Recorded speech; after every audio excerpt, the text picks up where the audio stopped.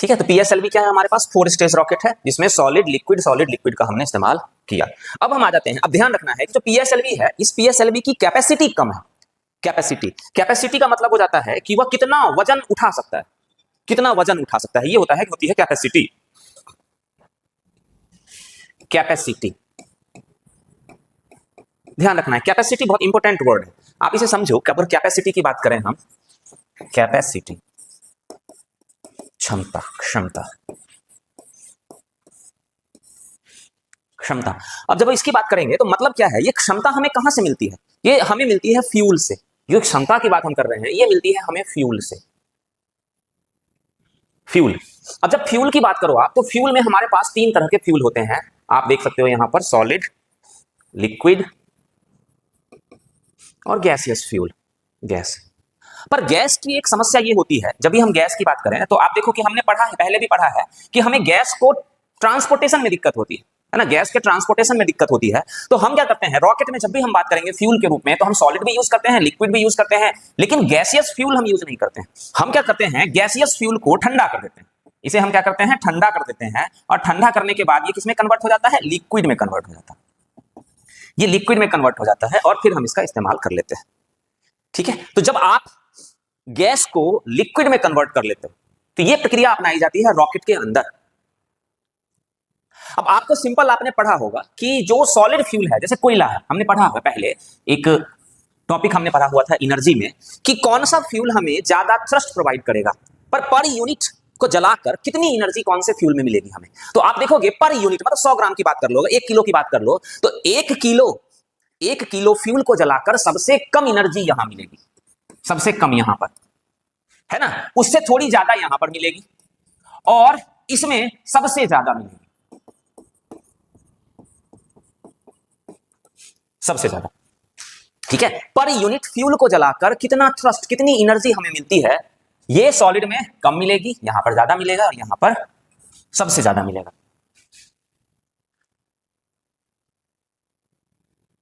तो फिर प्रॉब्लम क्या है, हम हर जगह इसी का इस्तेमाल क्यों नहीं कर लेते हैं इसका। पर ये क्या है ना, आपको, आप देखो सिंपल है कि आप ऐसे, हम अभी समझेंगे थोड़ी देर में, इसे धीरे धीरे समझते हैं। तो हमारे पास, हम इसे समझ लेते हैं कि जो सॉलिड है हमारे पास, सॉलिड। अब अगर आपसे ये पूछा जाता है कि कौन से फ्यूल को हैंडल करना सबसे आसान है, सॉलिड को, है ना, सॉलिड को रखना, उसको, उसका जलाना, उसको सबसे आसान है, तो सबसे ज्यादा हम इसका इस्तेमाल कर लेते हैं। ये आसान है, इजी है, और भले ही थ्रस्ट कम देता है फिर भी हम इसका इस्तेमाल कर लेते हैं। सॉलिड फ्यूल का इजी है, जलाना इजी है, रखना इजी है, तो हम इसका इस्तेमाल कर लेते हैं। जलाना इजी तो नहीं कह सकते हैं, मतलब रखना उसको इजी है, लेकिन ये क्या करता है, थ्रस्ट कम देता है। तो आप जरा इसे समझो कि ये हमारा जो रॉकेट है जिसके ऊपर हमने ये डाला है, अब समझ लो अगर ये 5000 किलोग्राम का हुआ, 5000 किलोग्राम का हुआ, ठीक है, ऊपर वाला हिस्सा 5000 किलोग्राम का हुआ, यहां पर भी फ्यूल है, यहां पर भी फ्यूल है, यहां पर भी फ्यूल है। मान लो यहां पर जो फ्यूल है ये है 500 किलोग्राम, यहां पर जो फ्यूल है वो है 500 किलोग्राम, यहां पर जो फ्यूल है वो है 500 किलोग्राम। ठीक है, तो आप देखो यहां पर इस जगह पर ऐसा फ्यूल चाहिए जो 5000 प्लस 1500, 6500 किलोग्राम को ग्रेविटेशनल फोर्स के विरुद्ध ऊपर उठाए,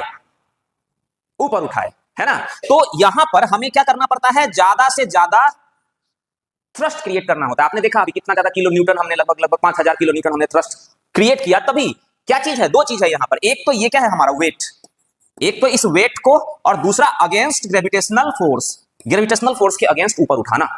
तो ये काम होता है यहां पर, ये फ्यूल का। तो इतनी हमें एनर्जी चाहिए, तो इसीलिए हम क्या करते हैं, इसमें तो फ्यूल होता ही होता है, जैसे जैसे ये वजन जैसे जैसे बढ़ता जाएगा उसके अकॉर्डिंग हम क्या करेंगे, यहां पर हम एक्स्ट्रा फ्यूल के लिए क्या यूज करते हैं, बूस्टर का इस्तेमाल करते हैं। तो यहां पर क्या लगा होता है, ऐसे बूस्टर लगे हुए होते हैं। इन सबको एक साथ जला देते हैं। जब हम इन सबको एक साथ जला देते हैं तो इतनी थ्रस्ट मिलती है, इतनी एनर्जी मिलती है कि न्यूटन का थर्ड लॉ लगता है, जितना धक्का पीछे की तरफ होगा उतना ही वजन बाहर की तरफ होगा। तो इसलिए क्या होता है, नीचे वाले में यहां पर फ्यूल है, फर्स्ट स्टेज कहते हैं, इसे हम कहते हैं फर्स्ट स्टेज। तो फर्स्ट स्टेज में हमने यहां पर इन सबको एक साथ जला दिया, ये ऊपर की तरफ गया। जलने के बाद हम इसे हमेशा ध्यान रखना होता है कि ये लॉन्च पैड ऐसी जगह पर होनी चाहिए। मान लो कि भारत का, ये देखो, आप देखो ये भारत का कोस्ट है, तो हमारा लॉन्च पैड कहां है, यहां पर है लॉन्च पैड। तो क्या होता है, ये यहां से जब ऊपर उड़ता है, ऐसे ऊपर उड़ता है, तो ये पहली स्टेज जल गई। जब पहली स्टेज जल गई तो जलने के बाद ये नीचे गिर जाता है। तो ये कहां गिर जाता है हमारा, बंगाल की खाड़ी में। चलिए, भारत देश एक ऐसा देश है जिसकी स्पेसिफिक कंडीशन है, आप समझ लो कि उसको कई सारी चीजें बिल्कुल सपोर्टिव मिली हुई है, प्रकृति ने उसको बहुत सारी चीजें सपोर्टिव दी है। ऐसी कंडीशन दुनिया में बहुत कम देशों के पास है ना। तो आप देखोगे ये बिल्कुल, और सबसे इंपॉर्टेंट चीज क्या होती है, आप देखो कि सही में कभी क्वेश्चन पूछा जाता भगवान राम का जन्म भारत में ही क्यों हुआ था, भारत की ही वो स्पेसिफिक लोकेशन है। और सबसे अच्छी और दूसरी अच्छी चीज क्या है, भारत बिल्कुल इक्वेटर के पास है, तो इक्वेटर भी हमें क्या करता है, सपोर्टिव रोल प्रोवाइड करता है। तो ये सब भारत की कंडीशन है। खैर इसे हम देखेंगे, इसे हमें बाद में समझना है, इसे हम समझेंगे।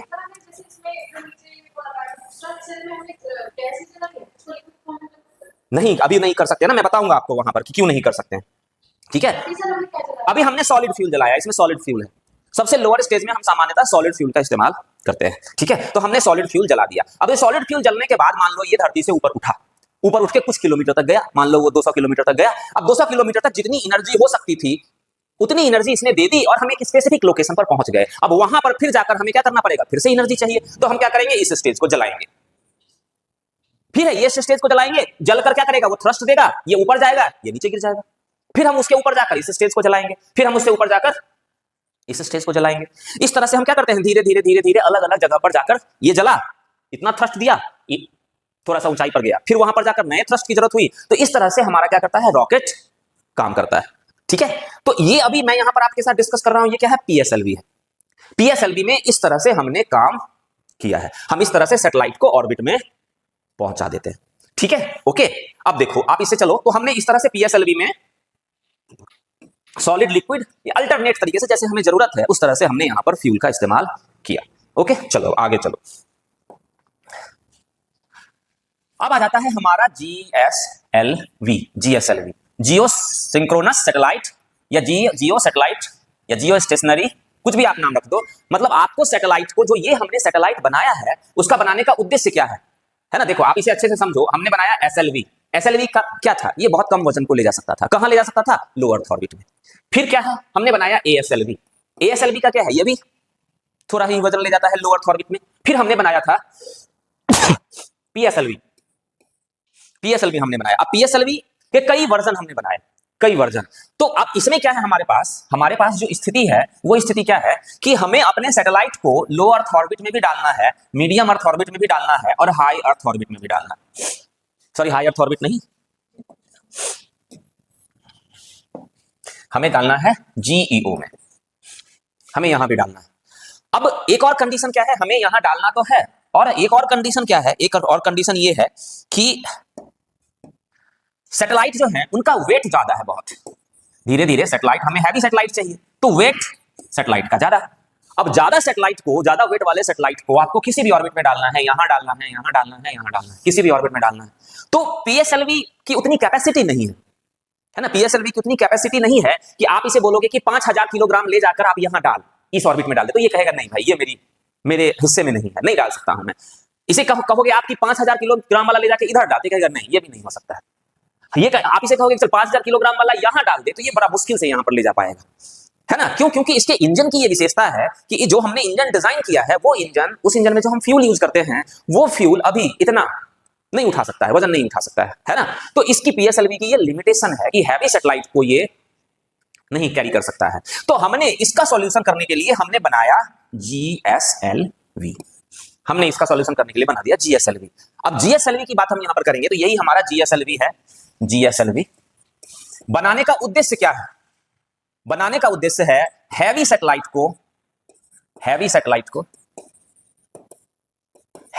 को तीनों ऑर्बिट में डालना, हैवी सैटेलाइट को तीनों ऑर्बिट में डालना। तो हमने जीएसएलवी के कई वर्जन बना लिए, GSLV mark 1, GSLV mark 2, GSLV mark 3, हमने कई वर्जन इसके बना लिए जीएसएलवी के, मार्क 1, मार्क 2, मार्क 3। अभी सामान्यतः हम मार्क 3 पे हैं, अभी हमारा जो मैक्सिमम यूज हो रहा है वो मार्क 3 यूज हो रहा है। अब जीएसएलवी में ऐसा क्या गुण है जिससे ये पीएसएलवी से बेहतर काम करता है, ये समझना है हमें। तो जीएसएलवी में आप देखोगे कि इसमें ये क्या है, जीएसएलवी की बात करेंगे तो ये है 3 स्टेज रॉकेट, 3 स्टेज रॉकेट है ये, 3 स्टेज रॉकेट, ठीक है। अब 3 स्टेज रॉकेट की अगर आप बात करो तो क्या क्या है, कहां पर क्या यूज किया गया है, तो फर्स्ट स्टेज ऊपर से नहीं होगा, नीचे से होगा, ध्यान रखना है, नीचे से फर्स्ट होता है। तो फर्स्ट स्टेज में हम क्या यूज कर रहे हैं, सॉलिड, फर्स्ट स्टेज में हमने सॉलिड यूज किया। सेकेंड स्टेज में हमने लिक्विड यूज किया। और थर्ड स्टेज, यही सबसे इसका इंपॉर्टेंट पार्ट है, थर्ड स्टेज में हमने क्या यूज किया? Cryogenic fuel. Cryogenic, third stage में हमने क्रायोजेनिक फ्यूल का इस्तेमाल किया, यही इसकी विशेषता है।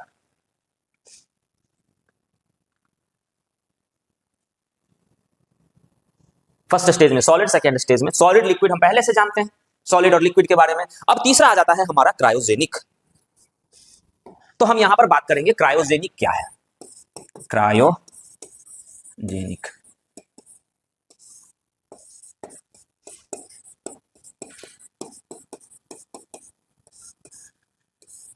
क्रायोजेनिक क्या है? देखो, किसी चीज को बहुत ठंडा कर दो अगर, तो उसे कहेंगे क्रायोजेनिक स्टेज। ठंडा, बहुत ज्यादा ठंडा कर देना क्रायोजेनिक स्टेज कहलाता है। ठीक है, सिंपल क्रायोजेनिक का मतलब है ठंडा कर देना। तो हमने क्या किया, जो हमारा जीएसएलवी है, जो जीएसएलवी लास्ट स्टेज में जब हम बात करेंगे, तो हम उसमें क्या यूज करते हैं? क्रायोजेनिक फ्यूल का यूज करते हैं। क्रायोजेनिक फ्यूल, हम इसमें क्रायोजेनिक फ्यूल का यूज करते हैं। क्रायोजेनिक का मतलब क्या हो जाता है, क्या यूज करते हैं? तो हम इसमें करते हैं लिक्विड हाइड्रोजन फ्यूल के रूप में यूज करते हैं, लिक्विड हाइड्रोजन। तो आपको पता है क्या है हमारे पास? हाइड्रोजन क्या है? गैस है। हाइड्रोजन क्या है? एक गैस है। ये गैस है। हम इसे क्या करेंगे, हम अभी अभी हमने डिस्कस किया था, इसे गैस को हम यूज नहीं कर सकते हैं यहां पर। तो हमने क्या किया, इसे क्या किया? ठंडा कर दिया। कितना ठंडा किया? -253 डिग्री सेल्सियस। इस टेम्परेचर पर ले जाकर हमने इसे रख दिया। जैसे इस टेम्परेचर पर रख दिया हमने, ये लिक्विड में कन्वर्ट हुआ और हमारे यूज के लिए अब ये बिल्कुल तैयार है। इसे हमने यहां डाल दिया, ये हमारे यूज के लिए बिल्कुल तैयार है। ठीक है,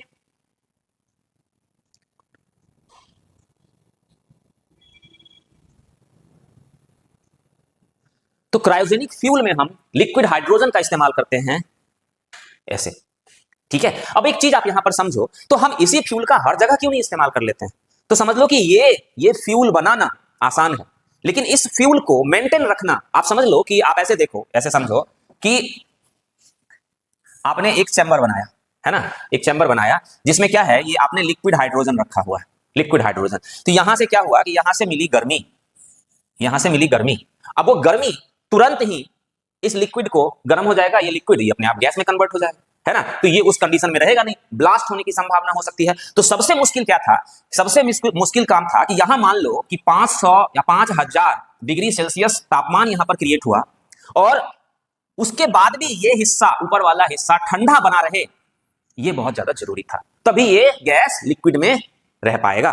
तो ये बहुत ज्यादा जरूरी थी। इस तरह के कंटेनर को बनाना बहुत मुश्किल है कि बहुत ज्यादा टेम्परेचर दे दो फिर भी वो कंटेनर अपना काम करता रहे। इस तरह को कंटेनर को बनाना बहुत ही मुश्किल काम था। इसे बनाने में भारत को बरसों लग गए, बरसों, आप समझ लो 15 साल लग गए इसको सिर्फ बनाने में भारत को। इसलिए भारत फाइनली बहुत धीरे धीरे प्रयास करता हुआ फाइनली भारत ने इसे बना लिया। ठीक है, तो ये क्या हो जाता है हमारे पास? ये हो गया हमारे पास क्रायोजेनिक। तो हम क्रायोजेनिक जब बात कर रहे हैं, तो क्रायोजेनिक स्पेसिफिक फ्यूल है जिसमें हम ये काम करते हैं। अब एक और चीज यहां पर समझो, तो हमारा क्या है, ये हमारा है गैसियस फॉर्म, ये हमारा गैस है। हमने इसे प्रेशर डाल के लिक्विड में कन्वर्ट किया है, लेकिन है वास्तव में इसके अंदर क्या गुण है? गैस वाले गुण है। तो गैस वाले गुण है, तो वो गुण क्या है? ये पर यूनिट मोर थ्रस्ट, पर यूनिट ये मोर थ्रस्ट देता है, पर यूनिट ज्यादा एनर्जी प्रोवाइड करता है। तो जब पर यूनिट ज्यादा एनर्जी प्रोवाइड करता है, तो हम क्या करते हैं, इसे अपर स्टेज में यूज कर लेते हैं, अपर स्टेज में। और उस जगह पर क्या होता है, ये इतनी एनर्जी प्रोवाइड करता है कि हम भारी सैटेलाइट को एक तेज धक्का देके बाहर भेज देते हैं। अपर स्टेज में ये बहुत ज्यादा थ्रस्ट प्रोवाइड करता है, और वो क्या करता है, भारी सैटेलाइट को, पर यूनिट ज्यादा एनर्जी देने से भारी सैटेलाइट को हम धक्का दे सकते हैं। लास्ट स्टेज में भारत इस फ्यूल का, इस इंजन का इस्तेमाल करता है, जिससे भारी सैटेलाइट स्पेस में जा सके। ठीक है, लास्ट स्टेज में। लेकिन आप यहां पर समझो, एक और चीज समझना है साथ साथ हमें। ठीक है, तो हमारा काम, क्रायोजेनिक इंजन ने हमारा काम कर दिया। ओहो, कभी भी आपसे पूछा जाता है क्रायोजेनिक इंजन का काम क्या है,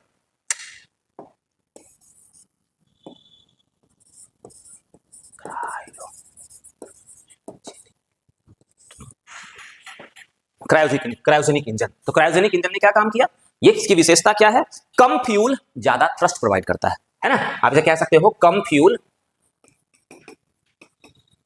में ज्यादा एनर्जी मिलती है, कम फ्यूल में ज्यादा ईंधन मिलता है, हमें एनर्जी मिलती है, नॉट ईंधन, ज्यादा एनर्जी मिलता है, जिससे भारी पेलोड, उसके लिए क्या वर्ड यूज करते हैं, पेलोड, भारी पेलोड को स्पेस में भेजना इजी होता है। ठीक है, भारी पेलोड को स्पेस में भेजना इजी होता है, इसलिए हम अपर स्टेज में जाकर क्रायोजेनिक फ्यूल का इस्तेमाल करते हैं। अब एक और चीज समझो, यहां पर एक और चीज बहुत इंपॉर्टेंट है कि जब भी हमें ईंधन को जलाना पड़ेगा तो हमें ईंधन को तभी जला सकते हैं हम जब हमारे पास क्या हो, ऑक्सीजन हो। बिना ऑक्सीजन के ईंधन नहीं जलाया जा सकता है ना। तो इसका मतलब है कि चाहे आप फर्स्ट स्टेज की बात कर लो, फर्स्ट या सेकेंड स्टेज की बात कर लो या थर्ड स्टेज की बात कर लो, हमें चाहिए होगा ऑक्सीजन। ठीक है, तो फर्स्ट स्टेज की जो बात अगर हम करते हैं, ये फर्स्ट स्टेज में, इसमें क्या होता है कि हमारा सैटेलाइट इन्वायरमेंट में लोअर जगह पर रहता है जहां पर ऑक्सीजन मिल सकता है हमें, लेकिन धीरे धीरे हम ऊपर जाते जाएंगे तो ऑक्सीजन नहीं है ऊपर में, है ना। तो क्या होगा, हमें फ्यूल के साथ साथ ऑक्सीजन भी देना पड़ेगा, फ्यूल के साथ हमें ऑक्सीजन भी देना पड़ेगा, ऑक्सीजन। तो जब हम फ्यूल के साथ ऑक्सीजन दे देते हैं, तो फ्यूल को तो हमने फ्यूल कह दिया, और जब हमने उसके साथ ऑक्सीजन दिया तो ऑक्सीजन क्यों दिया, उस फ्यूल को जलाने के लिए दिया। तो यहां पर फ्यूल के साथ जो ऑक्सीजन है उसे क्या कहा जाता है, ऑक्सीडाइजर। तो ऑक्सीजन हमें डालना पड़ता है साथ साथ एज ऑक्सीडाइजर। ठीक है, ये ऑक्सीजन बहुत जरूरी होता है किसी भी स्टेज में आपके लिए, कि ऑक्सीजन ज्यादा दूर तक है नहीं ना, 100 किलोमीटर से ऊपर जाओ तो कहां है ऑक्सीजन, नहीं है ऑक्सीजन। तो इसलिए हमें जरूरत होती है हर एक स्टेज में ऑक्सीजन की। अब ऑक्सीजन हम गैसियस फॉर्म में नहीं डाल सकते हैं, ऑक्सीजन गैसियस फॉर्म में नहीं आ सकता, हमें क्या करना पड़ेगा, ऑक्सीजन को लिक्विड में कन्वर्ट करना पड़ेगा, तभी होगा। तो ऑक्सीजन हम लिक्विड में कितने डिग्री पे कन्वर्ट करते हैं, तो हमारे लिए यूज हो जाता है -152 153 डिग्री सेल्सियस। तो हम क्या करते हैं, ऑक्सीजन गैस को ठंडा कर देते हैं -152 डिग्री सेल्सियस पे, तो वो लिक्विड में कन्वर्ट हो जाता है, और उस लिक्विड को हम कहीं पर भी इस्तेमाल कर लेते हैं, फर्स्ट स्टेज में, सेकेंड स्टेज में, थर्ड स्टेज में, एज ए क्या, ऑक्सीडाइजर। उसके बिना तो जल ही नहीं सकता। किसी भी चीज को जलाने के लिए ऑक्सीजन की आवश्यकता होती है। हमारे शरीर में हम खाना खाते हैं, वो खाना हमारे बॉडी के अंदर जल जाता है, वो हमें चला जाता है, वो हमें एनर्जी देता है। अगर हम सांस लेना बंद कर दें, एनर्जी बंद। तो ऑक्सीजन की उपस्थिति में फ्यूल, ईंधन जलने का काम करता है। लेकिन कई बार कुछ ऐसे ऑर्गेनिज्म भी होते हैं इस पृथ्वी पर जो बिना ऑक्सीजन के भी काम कर लेते हैं, जैसे बैक्टीरिया। जैसे हम क्या बनाते हैं, मैंने बताया था आपको, मीथेन। गोबर प्लांट में मीथेन कैसे बनता है, उसके अंदर बैक्टीरिया होता है, और बिना ऑक्सीजन के वो क्या करता है, प्रोसेस करता है। तो कई ऐसी जगह होती है जहां पर बिना ऑक्सीजन के भी काम करता है, लेकिन मैक्सिमम जगह पर किसी चीज को जलाने के लिए, एनर्जी के लिए ऑक्सीजन की आवश्यकता होती है। सो ऑक्सीजन इज बहुत इंपॉर्टेंट हमारे लिए। ठीक है, तो हमने क्या यूज किया, हमने फ्यूल यूज किया और हमने साथ साथ ऑक्सीडाइजर का इस्तेमाल किया। ठीक है भाई, क्लियर है कहानी। तो आपके पास क्या था, आपका ये रॉकेट है, रॉकेट, SLV, ASLV, PSLV और GSLV। GSLV हमारा क्या है, सबसे अभी एडवांस वर्जन है, जो क्या करता है, जिसको हमने डिजाइन किया है भारी सैटेलाइट को किसी भी ऑर्बिट में, क्या है हमारे पास, भारी सैटेलाइट। अब समय के साथ हमारी डिमांड बढ़ती जा रही है, पहले हमारी डिमांड कम थी तो हम कम वजन वाले सैटेलाइट को डालते थे, अब क्या है, हमारी डिमांड बढ़ती जा रही है, अब हमारी डिमांड बढ़ती जा रही है समय के साथ, तो हमें क्या चाहिए, ज्यादा से ज्यादा हैवी सैटेलाइट चाहिए, ज्यादा से ज्यादा हैवी, हमें ज्यादा से ज्यादा हैवी चाहिए सैटेलाइट, और ज्यादा से ज्यादा हैवी सैटेलाइट हमारा PSLV अब वो काम नहीं कर पा रहा है, PSLV अब वो काम नहीं कर पा रहा है। इसलिए हम समय के साथ अब PSLV को फेज आउट करने वाले हैं, निकालने वाले हैं। क्यों, क्योंकि अब वो ज्यादा भारी सैटेलाइट को नहीं ले जा पा रहा है। तो हम क्या बनाया, हमने बनाया उसके लिए GSLV, GSLV। अब GSLV जब हमने बनाया था तो पहला वर्जन हमने बनाया Mark 1, और Mark 1 धीरे धीरे हमने उसे ज्यादा से ज्यादा पेलोड डाला, Mark 1, फिर Mark 2, फिर Mark 3।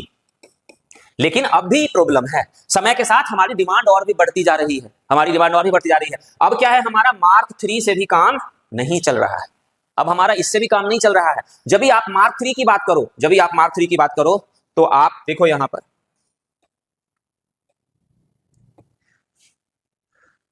पर आप आ जाओ, यहां पर डाल दो GSLV। ठीक है, ये हमारा है GSLV। मार्क 3, ये मार्क 2 यहाँ पर दिखा रहा है, लेकिन आप ये समझ लो कि मार्क 3 की भी यही विशेषता है ना। तो इसमें भी हमने क्या डाला है, नीचे में हमने देखो ये बूस्टर डाला है हमने, यहाँ पर बूस्टर है, तो ये मार्क 3 है ना। GSLV मार्क 2 मार्क 3 दोनों समझ लो आप इसको।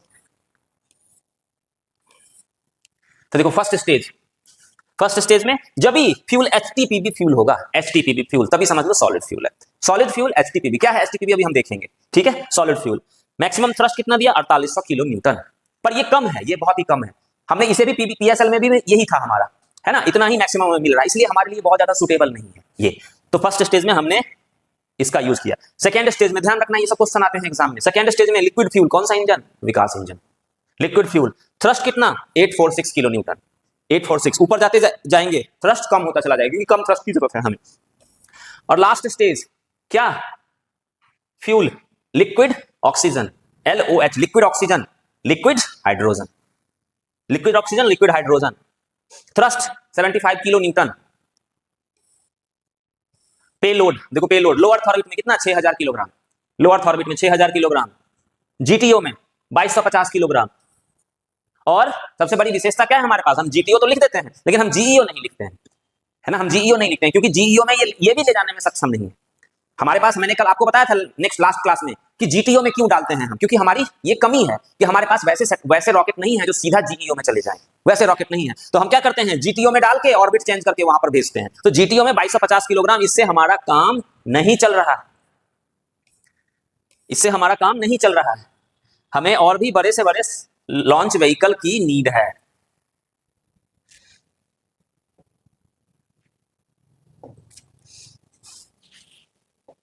ठीक है, ओके, समझ में आया। तो हमें ये करना है यहाँ पर, ये हमने इस तरह से अलग अलग रॉकेट और अलग अलग फ्यूल की बात करी है, कौन से रॉकेट में हमारा क्या क्या यूज होता है। अभी हम इसकी बात कर रहे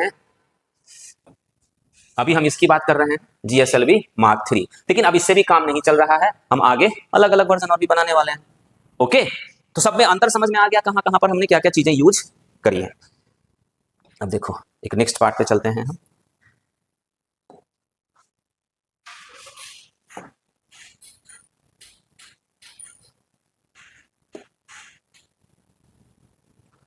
लाइट गई, अबे यार ये लाइट भी ना अजीब ही पावर था इसमें। जब मेन पार्ट करने की बार में डाउनलोड कर लेते हैं फिर तो लिपस्टिक वाला इसे इरेजर से, हाँ पता नहीं, मुझे भी पता चला अभी लिपस्टिक वाला इरेजर।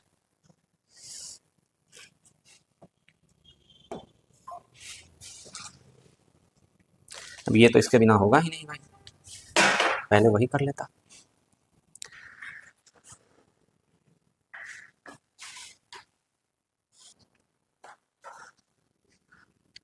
ठीक है, तो हम यहाँ पर जो टॉपिक डिस्कस कर रहे थे अभी, उसी का ये नेक्स्ट पार्ट है कि हमने क्या क्या फ्यूल यूज किया है। फ्यूल के रूप में थोड़ा सा कभी कभी इससे भी क्वेश्चन आ जाते हैं एग्जाम में। तो launch vehicle fuels are categorized into liquid, solid and hybrid propellant, है ना। ये सब चीज हमने डिस्कस कर लिया है। इसमें समझो आप कि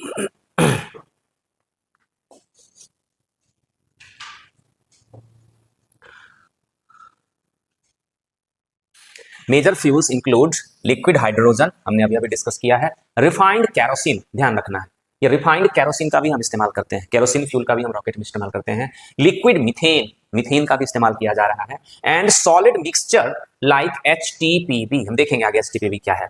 these are paired with oxidizer like liquid oxygen for combustion.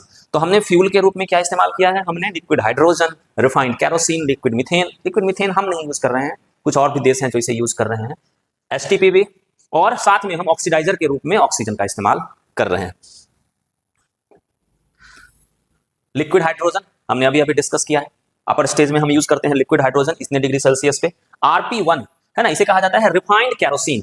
Refined kerosene, देखो समझना है कि भारत रिफाइंड कैरोसिन का इस्तेमाल नहीं करता है। रिफाइंड कैरोसिन का इस्तेमाल कौन कर रहा है, कई और देश कर रहे हैं, जिसमें फाल्कन 9 में हमने रिफाइंड कैरोसिन का इस्तेमाल किया है।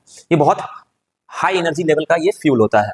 लिक्विड मीथेन हम यूज नहीं कर रहे हैं, देखो स्पेसएक्स, स्टारशिप, वल्कन, यहां पर हम तो लिक्विड मीथेन, ये हम कभी एग्जाम में हमारे पास आगे आने वाले समय में जो एग्जाम है उसमें ये क्वेश्चन आ सकता है। लिक्विड हाइड्रोजन भारत क्या क्या यूज कर रहा है ये भी हमें ध्यान रखना है। रिफाइंड कैरोसिन, लिक्विड मीथेन, हाइड्रोजाइंस ये हम यूज नहीं कर रहे हैं, ये अलग देश यूज कर रहे हैं, लेकिन हमने यहां पर मार्क 3 में इसका इस्तेमाल किया है। हम आगे देखेंगे, हमने भारत का एक अलग टॉपिक ही यहां पर डिस्कस किया है। तो ये हमारा क्या है, लिक्विड। लिक्विड में हम इनका इस्तेमाल कर रहे हैं। सॉलिड में a mixture of fuel like powdered aluminum and oxidizer ammonium perchlorate। ये ध्यान रखना, ये एग्जाम में क्वेश्चन आया हुआ है। पावर्ड एल्यूमिनियम एंड ऑक्सीडाइजर के रूप में अमोनियम। अब एक चीज ध्यान रखना है कि जब हम सॉलिड फ्यूल की बात करेंगे तो सॉलिड फ्यूल में ऑक्सीडाइजर के रूप में ऑक्सीजन का इस्तेमाल ना करके हम यहां पर क्या कर रहे हैं, अमोनियम परक्लोरेट का इस्तेमाल कर रहे हैं।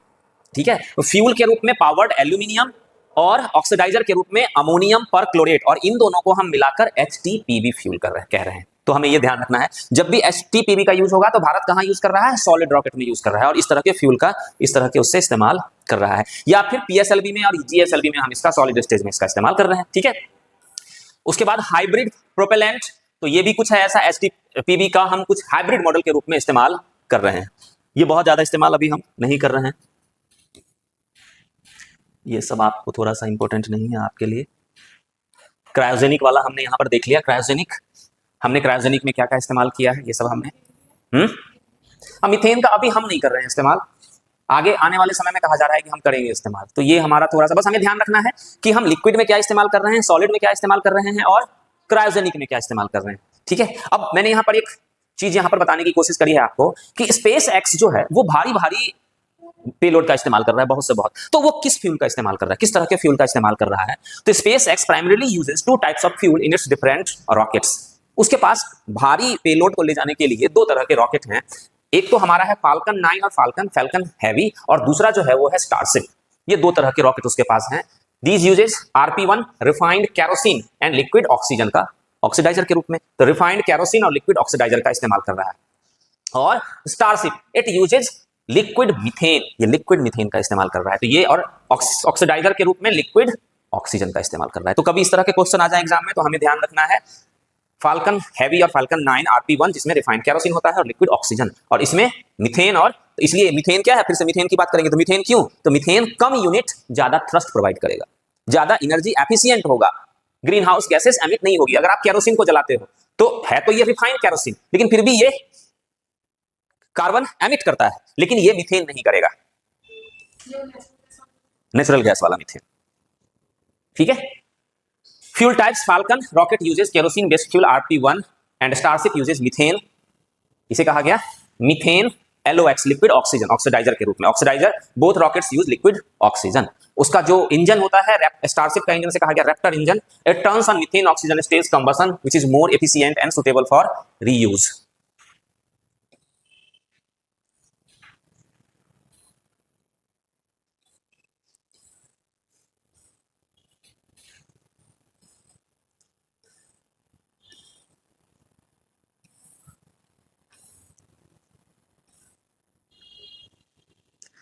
देखो एक चीज समझो, एक तो पार्ट हो जाता है रॉकेट। ठीक है, एक पार्ट हो गया रॉकेट, और रॉकेट के ऊपर, अब रॉकेट को हम एक स्पेसिफिक जगह पर ले जाकर छोड़ देगा। ठीक है, अब वहां से आगे जाने के लिए, जैसे मार्स पे जाना है हमें, तो वहां से आगे जाने के लिए एक प्लेन टाइप की आकृति होती है जिसे हम कहते हैं, कुछ भी नाम देते हैं, जैसे हम इसका नाम यहां पर दे दिया स्पेस क्राफ्ट। तो यहां पर फाल्कन क्या है, फाल्कन रॉकेट है ना, फाल्कन रॉकेट है। स्टारशिप क्या है, रॉकेट। और आगे रॉकेट क्या करता है, हमें स्पेसिफिक लोकेशन पर ले जाकर छोड़ देगा। वहां से अगर हम आगे की तरफ हमें जाना है तो ये जो हमारा स्पेस एक्स मिशन है, ये स्पेस एक्स मिशन आगे जाने के लिए बनाया गया है। तो वहां पर आगे जो चीज जाएगी उसका नाम होगा स्पेस क्राफ्ट, जैसे एयरक्राफ्ट।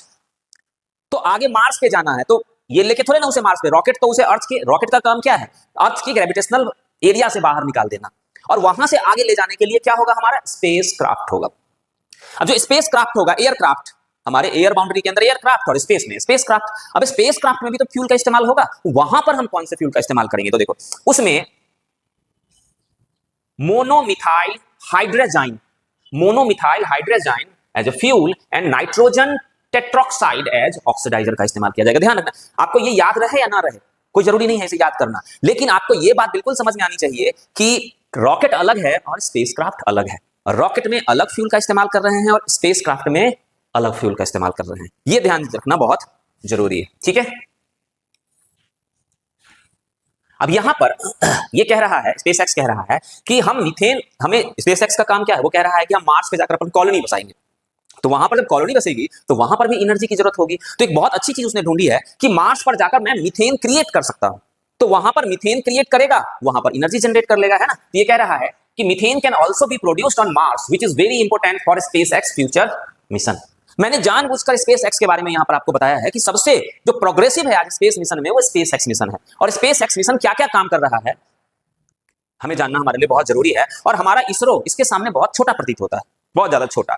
ठीक है, मैंने यहां पर केरोसिन के बारे में बता दिया है। केरोसिन यूज होता है, बहुत डेंस होता है, बहुत ज्यादा थ्रस्ट प्रदान करता है, जिसकी वजह से हमने केरोसिन का इस्तेमाल किया। अब देखो क्या है, ये फाल्कन हैवी जो है वो 64,000 किलोग्राम पेलोड को पृथ्वी की निचली कक्षा में ले जा सकता है। 64,000 किलोग्राम मतलब 64 टन, है ना। मीथेन भविष्य की तकनीक है, स्टारशिप में प्रयुक्त मीथेन केरोसिन से भी अधिक कुशल है। यह भारी पेलोड के लिए एकदम सही है, क्योंकि स्टारशिप जो है वो 100 से 150 मेट्रिक टन और पूरी क्षमता में 250 टन, मैंने अभी आपको बताया था 250 टन मतलब 250,000 किलोग्राम पेलोड को वो ले जाने के लिए डिजाइन किया गया है। तो हमें पता ही पहले से पता है स्टारशिप क्या है, बाहर जाएगा, जीई ऑर्बिट में जाएगा। तो जीई ऑर्बिट में जाएगा तो देखो इतना भारी, तो देखो हमारा है ना, हम कितना ले जा रहे हैं जीई ऑर्बिट में, कुछ नहीं, अभी 2000 किलोग्राम मतलब 2 टन। और ये कितना ले जाने में सक्षम है, 250 टन ले जाने में सक्षम। ठीक है, तो आप समझो कि हमारा इसरो इतना काम, हम इसरो को बहुत वाहवाही देते हैं, रियली वाहवाही के लायक है क्योंकि बहुत काम कर रहा है। लेकिन सरकारी ऑर्गेनाइजेशन है और सरकारी ऑर्गेनाइजेशन इसी तरह से काम करता है, धक्का दे दे इतने दिनों से बन रहा है। मीथेन क्यों जरूरी है, आप यहां पर लिखा हुआ है मीथेन, हमने पहले भी डिस्कस किया है। कैलोरीफिक वैल्यू, आपको याद होगा हमने एक वर्ड डिस्कस किया था कैलोरीफिक वैल्यू, कम यूनिट जलाकर ज्यादा थ्रस्ट प्रोवाइड करना, ये होती है कैलोरीफिक वैल्यू। मीथेन की कैलोरीफिक वैल्यू सबसे ज्यादा है। मीथेन के बाद कैलोरीफिक वैल्यू सबसे ज्यादा किसकी होगी, हाइड्रोजन की होगी, है ना। तो मीथेन की, हाँ क्रायोजेनिक वाला, ठीक है। तो हम यहां पर मीथेन का इस्तेमाल करते हैं। अब इसरो अपने अलग अलग रॉकेट मिशन की जरूरत के हिसाब से कई तरह के ईंधनों का इस्तेमाल करता है। इसे मुख्यतः 3 श्रेणियों में विभाजित किया जा सकता है। ठोस ईंधन HTPB, है ना, हमने ये पहले ही डिस्कस किया हुआ है। H हाइड्रोक्सिल टर्मिनेटेड पॉलीब्यूटाडीन, ये एग्जाम में क्वेश्चन आया हुआ है, यूपीएससी में आया हुआ है क्वेश्चन, हमें बस ध्यान रखना है। HTBP हाइड्रोक्सिल टर्मिनेटेड पॉलीब्यूटाडीन में क्या होता है, हमने ऊपर डिस्कस किया हुआ है क्या क्या होता है, इसमें का उपयोग होता है। इसरो के PSLV और GSLV के शुरुआती बूस्टर्स इसी का इस्तेमाल करते हैं, क्योंकि यह बहुत अधिक शुरुआती धक्का हमें प्रोवाइड करता है। लिक्विड फ्यूल में इसरो अपने विकास इंजन में US-25 UDMH और हाइड्रोजन का मिश्रण, ईंधन और नाइट्रोजन टेट्रोक्साइड, ये सारा मैंने ऊपर आपके साथ डिस्कस किया हुआ है कि किस तरह के फ्यूल का हम वहां पर इस्तेमाल करते हैं। UDMH और हाइड्रोजन का मिक्सर होता है, ईंधन और नाइट्रोजन टेट्रोक्साइड का ऑक्सीकारक के रूप में इस्तेमाल हो सकता है। देखो अलग अलग स्टेज में हमने सॉलिड स्टेट में अलग ऑक्सीडाइजर का इस्तेमाल किया है, लिक्विड स्टेज में हम अलग ऑक्सीडाइजर का इस्तेमाल कर रहे हैं, और वहां पर हम अलग ऑक्सीडाइजर का इस्तेमाल कर रहे हैं। ऑल्दो हम हर जगह पर लिक्विड ऑक्सीजन का इस्तेमाल कर सकते हैं, लेकिन लिक्विड ऑक्सीजन थोड़ा सा ज्यादा बनाना और उस स्टेज में रखना थोड़ा मुश्किल होता है, इसलिए हम उसे स्पेसिफिक स्टेज में रखते हैं। बाकी जगह पर हम थोड़ा सा सॉफ्ट चीजों का इस्तेमाल कर लेते हैं। ठीक है, तो सॉलिड स्टेज में हमारा HTPB, लिक्विड स्टेज में हमारा विकास इंजन में US-25। यहां पर हमने देखा है कि हमारे पास ऑक्सीडाइजर क्या है, सॉलिड स्टेज में अलग ऑक्सीडाइजर है, लिक्विड स्टेज में अलग ऑक्सीडाइजर है, और क्रायोजेनिक स्टेज में चूंकि हमें क्रायोजेनिक में डालना ही है हाइड्रोजन को, तो हम ऑक्सीजन को भी क्रायोजेनिक में डाल देते हैं। तो हमने यहां पर हाइड्रोजन को और ऑक्सीजन को इस्तेमाल किया है। तो भारत की इसरो की जब बात होगी तो सॉलिड में अलग फ्यूल अलग ऑक्सीडाइजर, लिक्विड में अलग फ्यूल अलग ऑक्सीडाइजर, और ऊपर वाले स्टेज में अलग फ्यूल अलग ऑक्सीडाइजर। अब सोचो जरा सा, यही हमारी समस्या है। तो सेमी क्रायोजेनिक का हम इस्तेमाल कर रहे हैं यहां पर। अब जिसमें क्या होगा आप देखो, ये आगे ये सब चीजें हैं, अभी तो फ्यूचर का इसलिए क्वेश्चन नहीं आएगा इस एग्जाम में, लेकिन हमें बस ये समझना है कि सेमी क्रायोजेनिक पे भी हम वर्क कर रहे हैं। इसके अलावा मीथेन, अब हमने देखा भाई साहब वो फाल्कन मीथेन का इस्तेमाल कर रहा है, चलो भाई मीथेन पे भी रिसर्च कर लो। हम खुद पे फोकस नहीं करते हैं, बाकी कोई भी देश है वो खुद पे फोकस करता है, हमारे लिए कौन सा फ्यूल बेहतर है, ये फ्यूल बेहतर है, चलो इस पे वर्क कर लेते हैं। बाकी भारत क्या देखता है, अच्छा वो इस चीज का इस्तेमाल करता है, चलो इस पे भी रिसर्च कर लो, वो इस चीज का इस्तेमाल करता है, चलो इस पे भी रिसर्च कर दो, उसी में पड़ा रह जाता है। तो अब हम मीथेन पे भी वर्क करेंगे कुछ समय के बाद, और इससे भी दिल नहीं भरा हमारा, हमें कुछ और भी चाहिए भाई, हमें 50 तरह की चीजें चाहिए। अब हम ग्रीन प्रोपल्सन का इस्तेमाल करेंगे। गगनयान मिशन के लिए इसरो कम जहरीले और पर्यावरण के अनुकूल ईंधन पर काम कर रहा है ना। तो इसरो की भी अलग ही कहानी है हमारे देश की। ठीक है, अब ये मैंने आपको बताया कि हमारे पास जो रॉकेट है, उस रॉकेट में आपको अंतर क्लियर होना चाहिए, है ना, रियलिटी समझ में आना चाहिए। मैंने कंपेयर करके बता दिया, भारत सॉलिड यूज कर रहा है, लिक्विड यूज कर रहा है, क्रायोजेनिक यूज कर रहा है। सॉलिड में अलग फ्यूल अलग ऑक्सीडाइजर, अबे तीनों में एक ही कर ले, लिक्विड में अलग फ्यूल अलग ऑक्सीडाइजर, क्रायोजेनिक में अलग फ्यूल अलग ऑक्सीडाइजर। अभी आपने देखा वहां पर स्पेसएक्स में एक फ्यूल एक ऑक्सीडाइजर, भारी में एक फ्यूल मिथेन, एक ऑक्सीडाइजर, खत्म, कहानी खत्म। और हमारी कहानी इस तरह से थोड़ी सी डिफरेंट है। तो हमने ये कर लिया, अब हमने उसके लिए कर लिया। फिर मैंने आपको बताया था कि अब हमें हमारा रॉकेट हमें छोड़ के आगे बढ़ रहा है, हमें हमारा रॉकेट छोड़ के, भारत को तो आगे बढ़ा ही नहीं, लेकिन भारत में भी आप देखो कि रॉकेट हमारे सैटेलाइट को छोड़कर आगे बढ़ रहा है। तो सैटेलाइट के अंदर भी तो फ्यूल होना चाहिए ना कुछ, है ना। मैंने आपको एक चीज बताया था यहां पर, आप इसे समझो, समझना बहुत जरूरी है। हमारे पास ये हमारी अर्थ है और हमारा जो लॉन्च व्हीकल है उसने हमें ले जाकर यहां छोड़ दिया, इस जगह पर हमें उसने ले जाकर कहां छोड़ दिया, मान लो आप 500 किलोमीटर ऊपर में ले जाकर हमें छोड़ दिया। अब हम क्या करेंगे, पृथ्वी के चारों ओर घूमेंगे और घूमेंगे और हम अपना ऑर्बिट चेंज करेंगे, हम अपना ऑर्बिट चेंज करेंगे। अब ऑर्बिट चेंज करने के लिए जो हमारे पास सैटेलाइट है उसके अंदर भी तो फ्यूल होना चाहिए, तभी तो वो जलेगा और ऑर्बिट चेंज करेगा, है ना। वो कैसे ऑर्बिट चेंज करेगा, तो इसीलिए ध्यान रखना है कि हम सैटेलाइट के अंदर भी हमारे पास क्या होता है, फ्यूल होता है। लेकिन ध्यान रखना है ये फ्यूल बहुत ही कम मात्रा में होता है, ये फ्यूल बहुत ज्यादा नहीं होगी, ज्यादा होगा तो भारी हो जाएगा सैटेलाइट, तो ये कम मात्रा में होता है। तो अब ध्यान रखना है, अगर फ्यूल होगा तो क्या होगा, ऑक्सीडाइजर भी होगा, दोनों चीजें होंगी वहां पर, है ना। तो हमने वहां पर देखा था जो स्पेस क्राफ्ट था, स्पेस क्राफ्ट, वो उसमें अलग तरह के फ्यूल का इस्तेमाल कर रहा है, क्योंकि हम उस लायक, है ना, नहीं हुए हैं कि मीथेन का उस जगह पर भी इस्तेमाल कर लें, अभी वो सारी चीजें कंडीशन नहीं है। तो हमें ये समझना है कि हम थोड़ा सा आगे चलते हैं। उपग्रहों के लिए, सैटेलाइट के लिए एक वर्ड यहां पर यूज किया है मैंने, इलेक्ट्रिक प्रोपल्सन। सैटेलाइट में जब हम सैटेलाइट को बर्न करके आगे धक्का देते हैं, ऑर्बिट चेंज करते हैं, तो उसके लिए यूज किया क्या जाता है, इलेक्ट्रिक प्रोपल्सन। इलेक्ट्रिक प्रोपल्सन, देखो लंबी अवधि के उपग्रहों के लिए इसरो अब रासायनिक ईंधन की जगह इलेक्ट्रिक प्रोपल्सन का उपयोग कर रहा है, जिससे उपग्रह का वजन कम हो जाता है। पहले अलग तरह के ईंधन का इस्तेमाल किया जाता है जो हमारे लिए अब जरूरी नहीं है। बस आप ये समझो कि उस स्टेज में भी हमें प्रोपल्सन की जरूरत होती है, उस स्टेज में भी हमें फ्यूल की जरूरत होती है जो बहुत कम मात्रा में होता है। तो उसके लिए इसरो क्या इस्तेमाल कर रहा है, इलेक्ट्रिक प्रोपल्सन इस्तेमाल कर रहा है।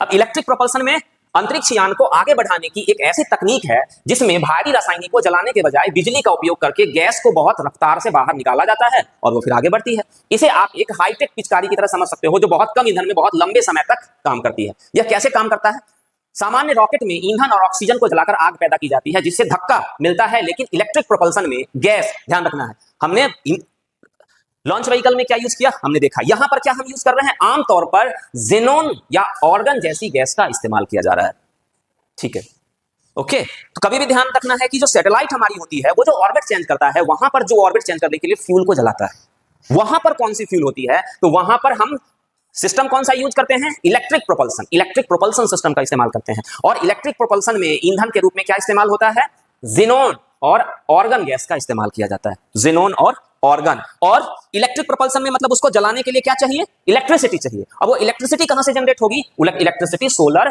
पैनल से जनरेट होती है, उसमें सोलर पैनल्स लगे हुए होते हैं, सोलर पैनल्स इलेक्ट्रिसिटी जनरेट करती है, तो वो इलेक्ट्रिसिटी जनरेट करती है। इस बिजली का उपयोग करके गैस के कणों को आयोनाइज किया जाता है और मैग्नेटिक फील्ड के जरिए उन्हें हजारों किलोमीटर प्रति घंटे की रफ्तार से पीछे फेंका जाता है। ये एक अलग टेक्नोलॉजी है, इस टेक्नोलॉजी के बारे में हमें बहुत ज्यादा नहीं समझना है। बस हमें क्या समझना है कि सैटेलाइट जब ऑर्बिट चेंज करता है इलेक्ट्रिक प्रोपल्सन सिस्टम का इस्तेमाल करता है, जिनमें जेनोन और ऑर्गन गैस का इस्तेमाल किया जाता है और इलेक्ट्रिसिटी के लिए सोलर पैनल का इस्तेमाल किया जाता है, ठीक है। इसके कई सारे फायदे हैं, फ्यूल एफिशिएंट है, ये कम फ्यूल ज्यादा बेहतर काम करता है, तो हल्का वजन होता है, इनका जीवन काल बहुत लंबा होता है, यह इंजन सालों तक लगातार, क्यों, क्योंकि ऑर्बिट में एक सैटेलाइट 5 साल तक घूम रहा है। तो कभी भी अब क्या होता है, मान लो सैटेलाइट 5 साल तक घूम रहा है तो उसमें थोड़ा सा फ्यूल रखा जाता है, सैटेलाइट के अंदर भी थोड़ा सा फ्यूल होता है। कल को सैटेलाइट में कुछ गड़बड़ी आ गई, अपने रास्ते से भटक गया, तो क्या किया जाता है, उस फ्यूल को जलाकर वापस उसे अपने रास्ते पर लाया जाता है, ऑर्बिट में लाया जाता है। तो सैटेलाइट के अंदर भी थोड़ी मात्रा में फ्यूल रखा जाता है। वहां पर कौन सा फ्यूल होता है, जेनोन और ऑर्गन। और कौन से सिस्टम का इस्तेमाल किया जाता है, इलेक्ट्रिक प्रोपल्सन सिस्टम का इस्तेमाल किया जाता है, ठीक है। ये बहुत एफिशिएंट है। इसरो ने अपने GSAT-9 में इसका सफल उपयोग किया था। अब इसरो अपने भविष्य के भारी संचार उपग्रहों के लिए पूरी तरह से इलेक्ट्रिक प्रोपल्सन सिस्टम की ओर बढ़ रहा है ताकि वे कम वजन में ज्यादा उपकरण ले जा सके। पहले हम इसमें अलग गैसों का इस्तेमाल करते थे, अब हम इसमें इलेक्ट्रिक प्रोपल्सन सिस्टम का इस्तेमाल करते हैं, ठीक है। वैज्ञानिकों ने जेनोन को इलेक्ट्रिक प्रोपल्सन के लिए परफेक्ट फ्यूल माना है और इसके पीछे कुछ कारण भी है। यह बहुत भारी है, हैवी है, इतना आपको नहीं पूछा जाएगा एग्जाम में, बहुत हैवी है।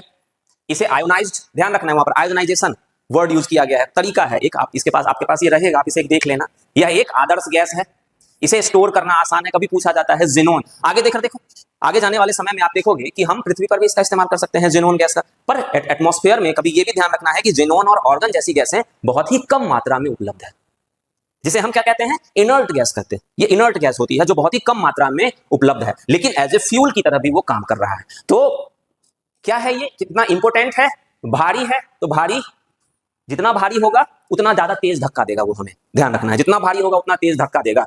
जिसे आयोनाइज करना बहुत आसान है। आयोनाइजेशन क्या होता है, मैंने पहले भी आपको डिस्कस किया हुआ है, आप इसे एक बार देख लेना। आयोनाइजेशन यह एक आदर्श गैस है, इनर्ट नोबल गैस है, इसे स्टोर करने में आसानी होती है। और जीनोम बहुत ही दुर्लभ और महंगी गैस है, इसलिए अब वैज्ञानिक ऑर्गन और यहां तक कि आयोडीन जैसे सस्ते विकल्पों पर भी, अब देखो इसमें भी हमें चैन नहीं है ना, हमें इसमें भी चैन नहीं है। अब हमने जीनोम का इस्तेमाल कर लिया, अब हम आगे ऑर्गन का इस्तेमाल करेंगे, आयोडीन का इस्तेमाल करेंगे, मतलब चैन नहीं है हमारे देश में। एक चीज पे हम फोकस रह ही नहीं सकते हैं, ये हमारी सबसे बड़ी कमी है ना। इससे पूछो, एक चीज पे फोकस रहे, 18,000 चीजें दिमाग में चलती रहती। ठीक है भाई, तो आपको छोटा सा टॉपिक था ये, मुझे लगता है कि बरसा समझ में आया, थोड़ा बहुत तो आ ही गया हो, थोड़ा सा आया, ठीक है।